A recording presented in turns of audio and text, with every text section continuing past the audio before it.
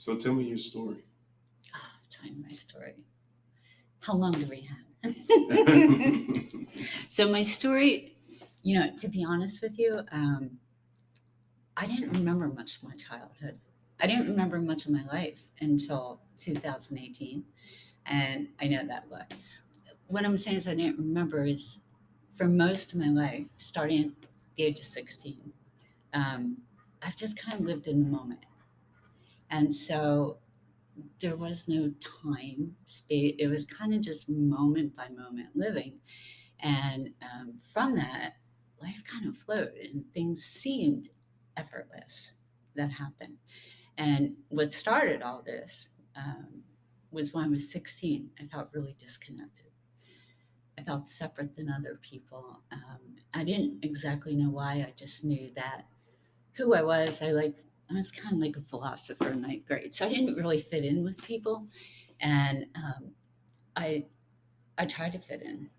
I think it was senior high. I started drinking and doing all the things, and that just made it worse because that wasn't me. So not only did I not feel connected to anyone else, I didn't feel connected to me either, and I felt really lost. And I I went into a deep depression, and did some crazy things to try to get attention from my parents, and I just knew that I had two choices. I could live my life differently, or I could end it.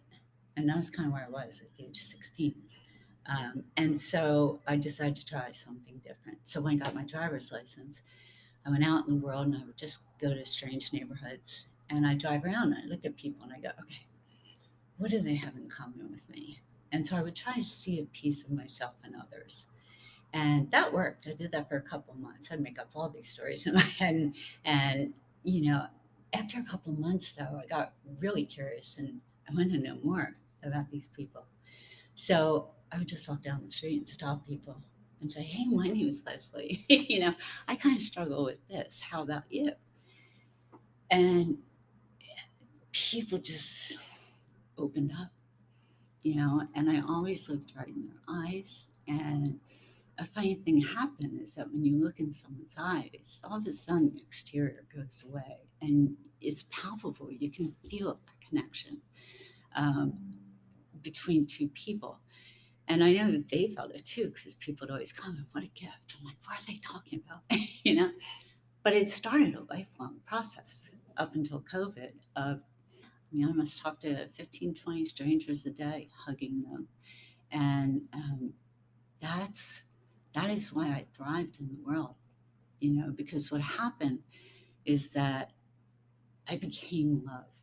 And when you are loved, you don't need to be loved because your heart is so full. Now, when I said I didn't realize what I was doing, I mean, most of my life before 2018, I did like people would say things. I'm like, what are they talking about? Things I never understood why people were so angry and frustrated in the world because the world was my home and strangers were my family, and every day was just like it was amazing. It was like my own little utopia, you know. And being a mental health nurse, sometimes I thought, am I what normal is? There was no science that I was aware of what it was, and it not only allowed me to thrive, but everyone I came in contact with would say in these conversations would go, "Oh my God, like thank you so much. Like God must have sent you." And then they'd be like, "Oh, you sound like God." And I'm like, "I've never even read the Bible. I don't go to church." Like, no, sorry. And but I didn't know what it was. All I knew is that I went out and there were like maybe a dozen or so, I call them now heart healings, that I was guided to use throughout my life. And one of them was giving others what I needed. I needed to be seen, I needed to be accepted for who I was, and I needed to feel loved. And so I didn't know how to get that from the world, so I just decided to give it. And it was amazing because when you give it like that, it's not a giving like most people give, like a codependent. It's the exchange of energy between us. And so, you know, my story, the moral of my story is I was guided to do these things when I was younger. I didn't think in my head. I just strictly rolled by what my heart told me to do, always. Like if I was going down the street, if I was driving somewhere and someone was on the side of the street and something in my heart said, like, stop. And I'd go, no, no, no, I'm running late. I have to go. I'd drive past. I'm like, damn, I got to turn around. Like I listen to my heart over the logic in my head. And when I did that, life was amazing, or my perception of it was amazing, you know? And it was crazy. Just things like nursing school. I mean, everything just happened quite easily. Where other people would say, like, how long did you wait in line? How many years? I'm like, what are you talking about? You know, so I was kind of like oblivious, but I wasn't oblivious. I was just pure who we all are. That's why I never understood when they would say a gift. I'm like, what gift? The gift was, it was authenticity.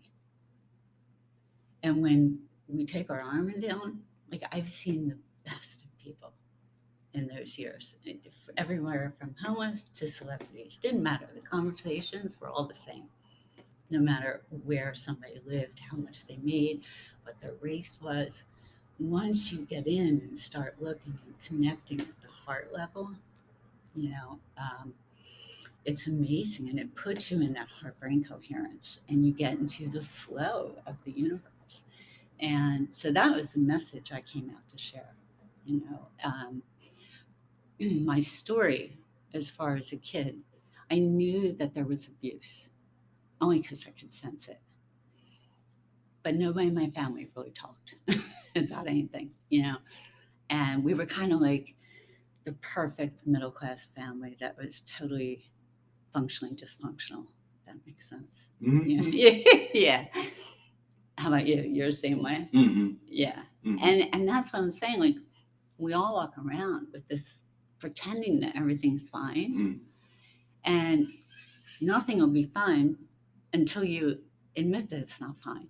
And then once you admit it, then you can let go. So that was, I did everything right except for one thing. By opening my heart and not wearing the armor, I was able to heal, because an open heart, just your pain can go through. I always picture it like, if this is your heart, just imagine like bars on it, right? And when we're hiding ourselves, we're blocking our heart. And so you got this heart going, bum, bum, bum, bum. And I just picture these little pieces going out through the bars, right? And what happens is that any pain gets stuck behind there. So if you open, take the bars off, then the pain can just gradually release. And so I healed emotionally from my traumas by living that way. What I didn't do, because I didn't know any better, was I never validated my own negative emotion. I did it for other people. So let's say, so I'll just give you a quick example. Sticks out like college graduation, like an incident happened where my dad and it was just, I was hurt. But instead of saying, oh, that really sucks, and that hurts. What do you mean you're doing that, right? I just blew it off by not validating those negative feelings. They got trapped in my body. So I had like a lot of physical issues, which when I was in that state of flow, they weren't healed.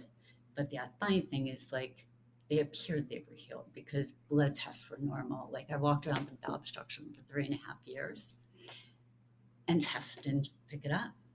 You know, it was, so it was kind of funny. It masked it. But, you know, I think we have to open our hearts, but we have to first validate what we're feeling. You know, don't worry about the mindset. This sucks. I'm scared. Because once you do that, you can let it go. But if you don't do that, it's just sticking in the back of your mind, then it's really hard to let stuff go. And I got off tangent with my story because I really didn't, I knew abuse happened. The only things I really remembered, I was in a car accident at the age 2. And then around 5, I remember an incident. In between 5 and 12, it's kind of sketchy. I remember a few things.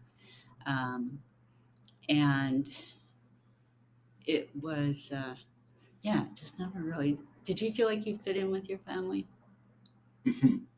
No, but that was because of an illness. So Yeah, that was looked at as me being bad. yeah. And so, you know, because it seemed like I couldn't get it right, that, I wasn't worth trying to be saved. How'd that make you feel? Uh, Abandoned, worthless, Yeah. um, yeah, very hurtful, Mm-hmm. but still trying to, like you said, trying to fit in. Yeah. Even though there's a whole lot of times where uh, there were people that were being protected that didn't want me to fit in.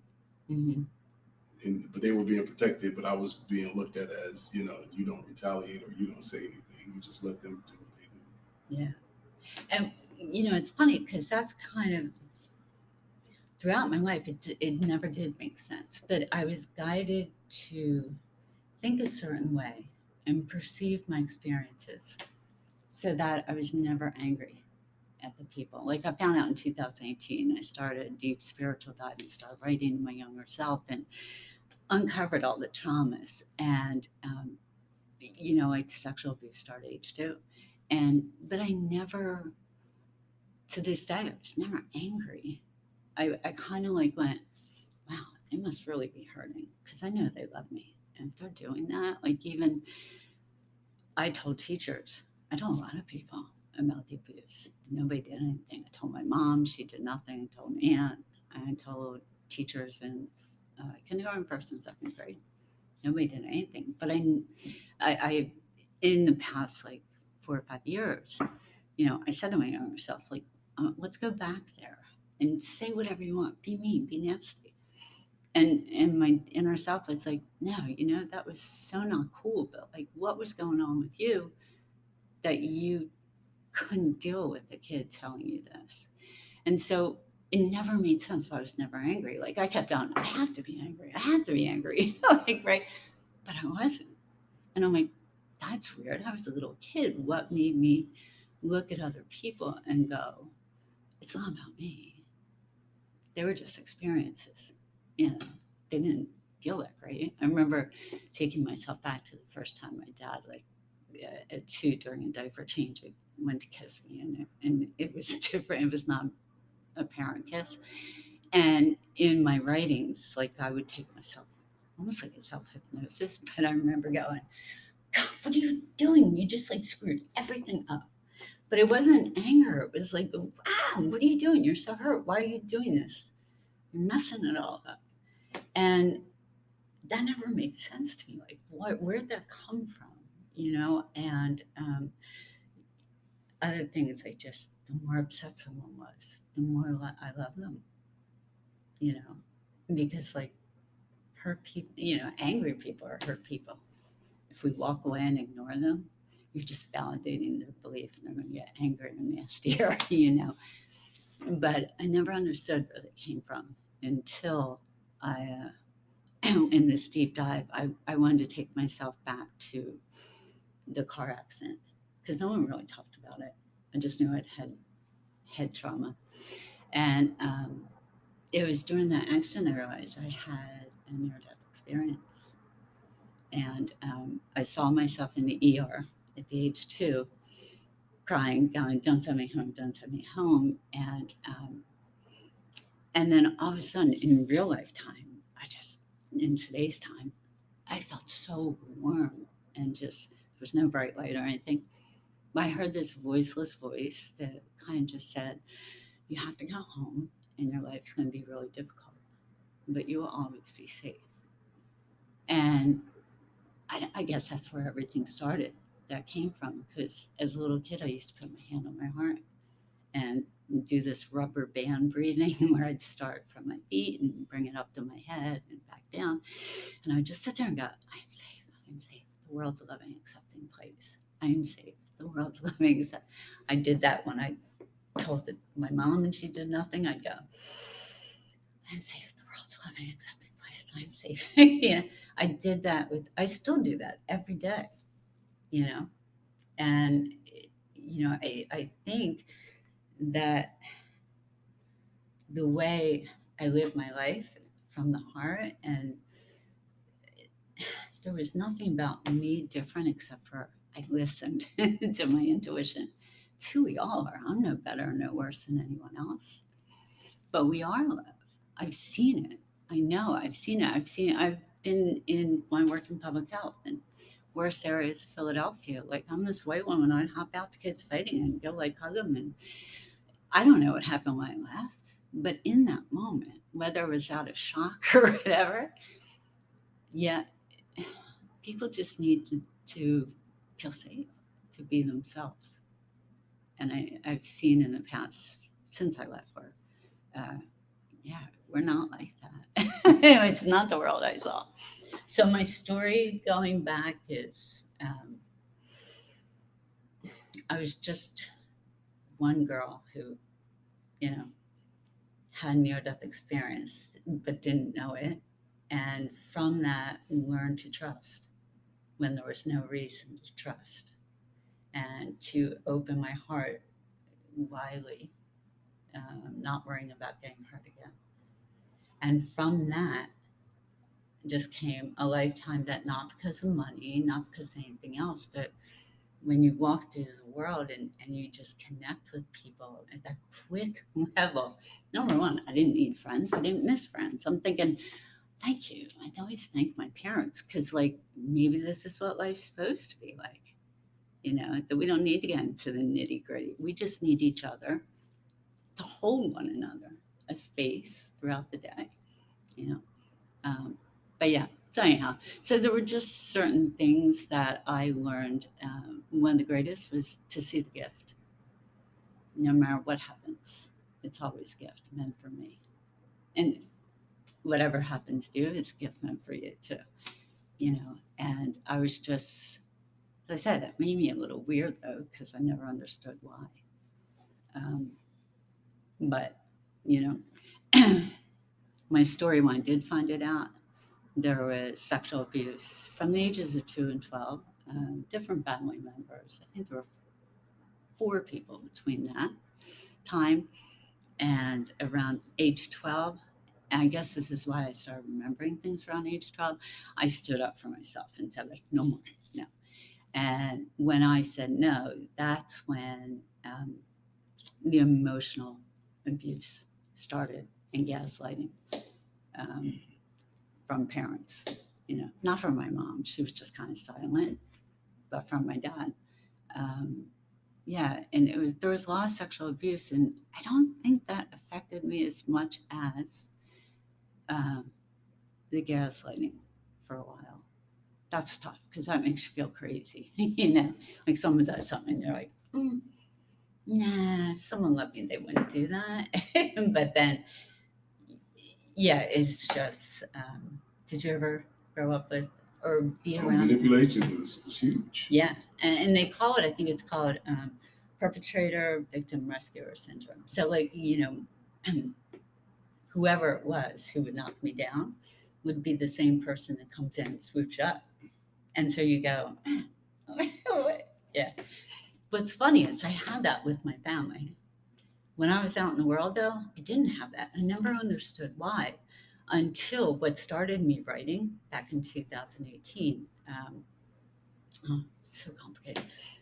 I've always woken up every morning for the first hour or two. I really can't remember. I know my name, I know I have kids, but I can't remember what I did yesterday. I can't remember my passions, my purpose, my likes, my dislikes. I can't remember. It's just like this empty shell. And I figured it was trauma. And so in 2018, I started writing to myself.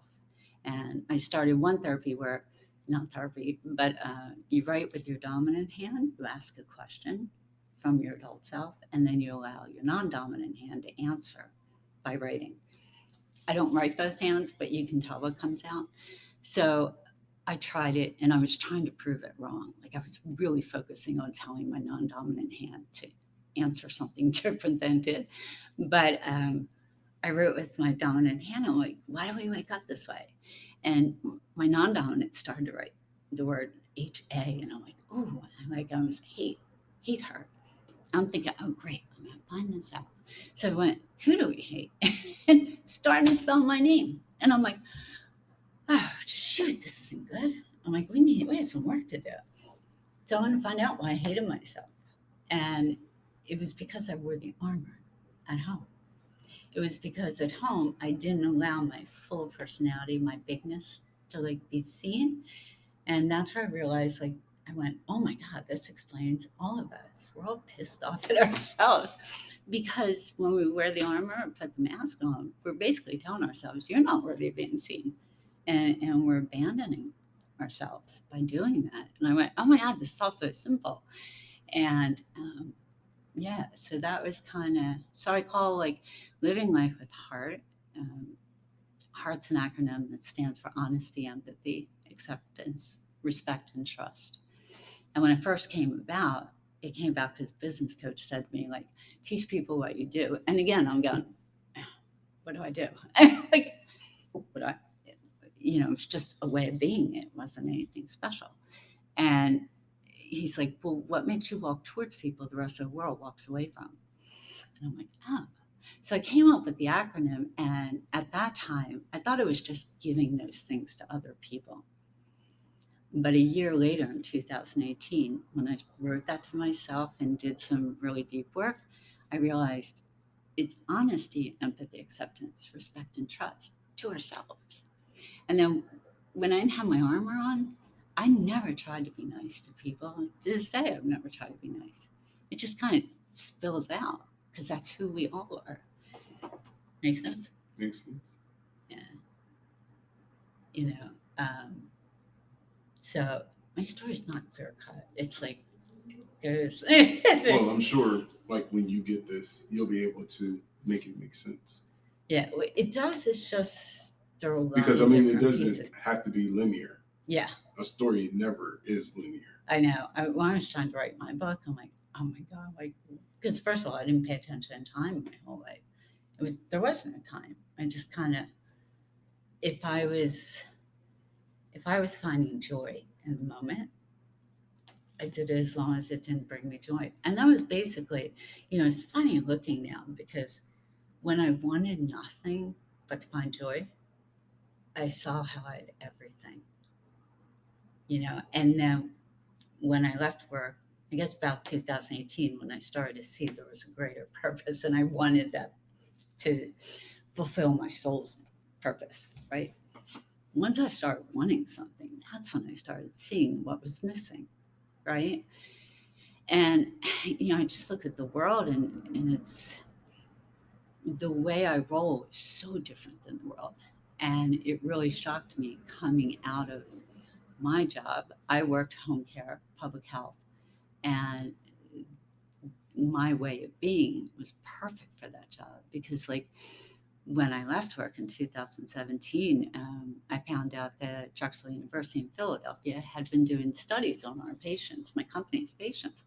And she's like, what are you doing with your patients? Because they have better life outcomes. You needed to, and again, I don't, first thing that came to mind was everything opposite they taught me to do in nursing school, you know, when it came to communication. But that's just what it was, that authenticity. So, give an example of what you actually do when you are working with your patient, with the patients, that the people were seeing a change in their lives. This, that's it. That's it.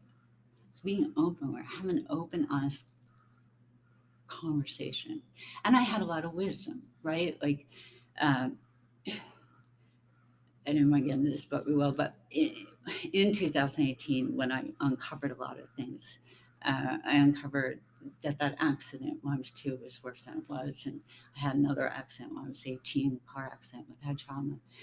And I had some studies done and found there was significant traumatic brain injury. Significant, like neuropsychiatrists, 4 different ones were like, how'd you get through life with a brain like this? And I'm like, quite well, I love it. But nothing kind of works together, right? But it was my gift that if, I think I had trauma and all the different heart healings, they were all my gifts so that I could go out and learn these things. I kind of knew my whole life that I'm getting off tangent, I know that. I knew my whole life I was learning things to share with others. And so that's what I did with women, like these out of the box things that you don't find in books, you find through experience, right? And, I think it was that wisdom. It was not telling them what they had to do. I don't fix people, I don't help people. A whole space where they can be themselves. And then the open heart allows them to find themselves. So many